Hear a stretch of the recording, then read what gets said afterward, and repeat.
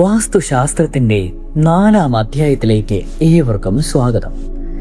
കഴിഞ്ഞ ക്ലാസ്സുകളിൽ നമ്മൾ നോക്കിയതുപോലെ ഭവന നിർമ്മാണത്തിന് യോഗ്യമല്ലാത്ത വീഥികൾ ഏതെല്ലാമെന്നും കൂടി പറഞ്ഞുകൊണ്ട് ഇത് തുടങ്ങാം.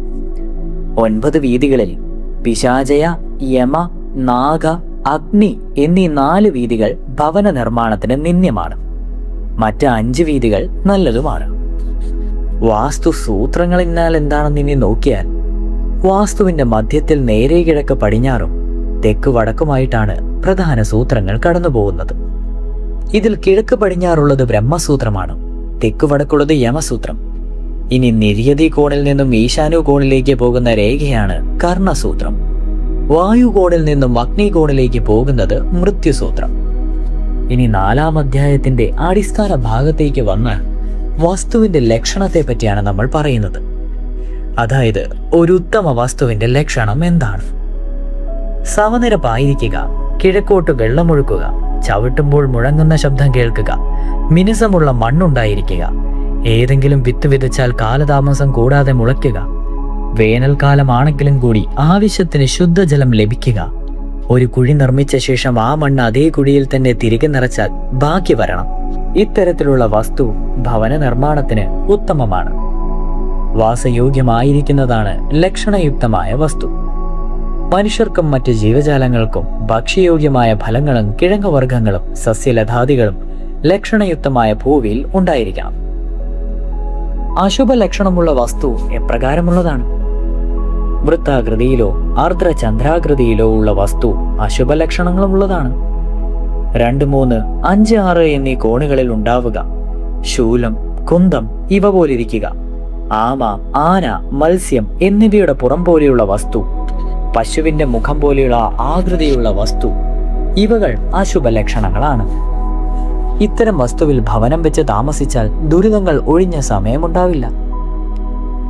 ക്ഷേത്ര പരിസരത്ത് ഭവനമാകാമോ? ഉഗ്രമൂർത്തികളായ ഭദ്രകാളി, ശിവൻ, നരസിംഹം മുതലായ ദേവതാ പ്രതിഷ്ഠയുള്ള ക്ഷേത്രത്തിന്റെ മുന്നിലും വലതുഭാഗത്തും ഭവനം നിർമ്മിച്ചാൽ അനർത്ഥങ്ങൾ ധാരാളം ഉണ്ടാകും. വിഷ്ണു, ദേവി തുടങ്ങിയ സൗമ്യമൂർത്തികളുടെ ഇടതും പിന്നിലുമാണ് ഭവനം നിർമ്മിച്ചുകൂടാത്തത്. ഈ 2 വിഭാഗം ദേവതകളിലും മേൽപ്പറഞ്ഞതിൽ നിന്നും വിപരീത ദിശയിൽ ഭവനം നിർമ്മിക്കാമെന്നാണ് വിധി. എന്നാൽ ശാന്തിക്കാരൻ, തന്ത്രി, കഴകം എന്നിവർക്ക് താമസിക്കുന്നവന് ഭവനം നിർമ്മിക്കുവാൻ ഈ ദേവതാ വേർതിരിവ് നോക്കാറില്ല. ദേവാലയങ്ങളുടെ സമീപത്തിൽ ദേവാലയങ്ങളെക്കാൾ ഉയരം കൂടിയോ 2 അതിലധികമോ നിലകളായിട്ടോ ഭവനം നിർമ്മിക്കുന്നതും അശുഭകരമാണ്. എന്നാൽ ദേവാലയങ്ങൾക്കും മനുഷ്യാലയങ്ങൾക്കും ഒരേ ഉയരമാകാം. ബ്രാഹ്മണർക്ക് ഭവന നിർമ്മാണത്തിന് ഉത്തമമായ വസ്തു ഏതാണെന്ന് ചോദിച്ചാൽ, തെക്കുവശം ഉയർന്ന് വടക്കുവശം താഴ്ന്ന ആകൃതിയിലുള്ള വസ്തുവിലാണ് ബ്രാഹ്മണർക്ക് ഗ്രഹം പണിയേണ്ടത്. കുശപ്പുല്ല് ധാരാളം വളർന്നു നിൽക്കുന്ന വെളുപ്പ് നിറമുള്ള മണ്ണും ബ്രാഹ്മണർക്ക് ഭവന നിർമ്മാണത്തിന് നല്ലതാണ്. നെയ്യിന്റെ ഗന്ധവും മധുരസ്വരവുമുള്ള മണ്ണും ഉത്തമമാണ്. അത്തിമരം നിൽക്കുന്ന ഭൂമിയും ശ്രേഷ്ഠമാണെന്നാണ് ശാസ്ത്രവിധി. ക്ഷത്രിയ ഭവനത്തിന് അനുയോജ്യം എന്ന് പറഞ്ഞാൽ, വീതിയുടെ 1/8 ഭാഗം ദീർഘമുള്ള വസ്തു പടിഞ്ഞുവശം ഉയർന്ന് കിഴക്കുവശം താഴ്ന്നു കിടക്കുന്നതാണ്. രക്തത്തിന്റെ ഗന്ധവും നിറവും കാഷായ രസവുമുള്ള ഭൂമിയാണ് ക്ഷത്രിയർക്ക് ഭവന നിർമ്മാണത്തിന് വിധിച്ചിട്ടുള്ളത്. അരയാൽ, അമരക്കൂട്ടം എന്നിവ നിൽക്കുന്നത് നല്ലതാണ്. വൈശ്യർക്ക് ഭവനത്തിന് അനുയോജ്യമായ വസ്തു ഏത് തരത്തിലാണ് ഉള്ളത്? കിഴക്കുവശം ഉയർന്ന് പടിഞ്ഞാറ് വശം താഴ്ന്നുള്ള വസ്തുവാണ് വൈശ്യർക്ക് ഭവന നിർമ്മാണത്തിന് വിധിച്ചിട്ടുള്ളത്. മണ്ണിന് അന്നത്തിന്റെ മണവും കയ്പ് രുചിയും മഞ്ഞ നിറവും ഉണ്ടാവും.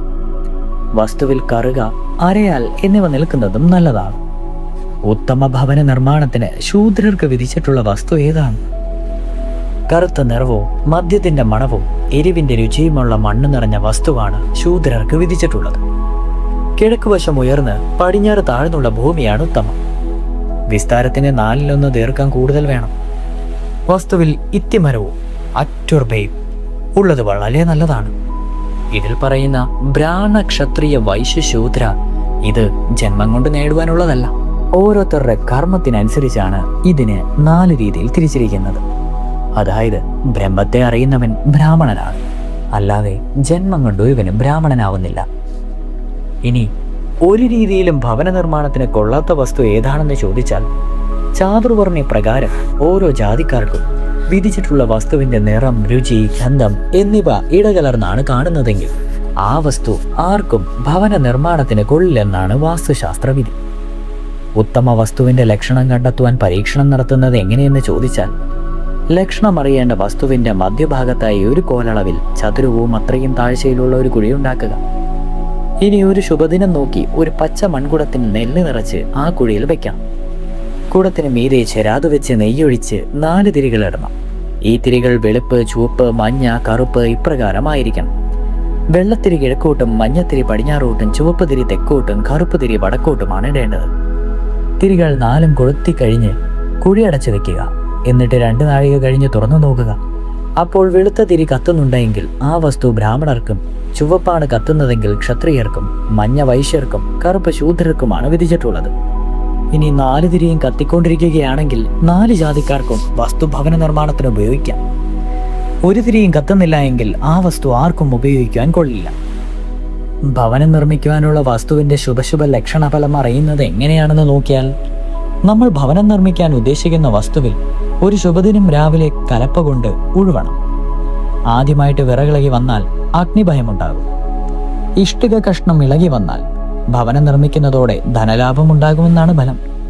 ഉമ്മി വന്നാൽ ധനനാശവും, കരിക്കട്ട ഇളകി വന്നാൽ രോഗവും ഉണ്ടാകുമെന്ന് വിധിക്കാം. അസ്ഥി കഷ്ണം കിട്ടിയാൽ വംശനാശം, ഭൂമിയിൽ എഴുജന്തുക്കളെ കണ്ടാൽ അവയിൽ നിന്നുള്ള ഉപദ്രവവും ഉണ്ടാകുന്നതാണ്.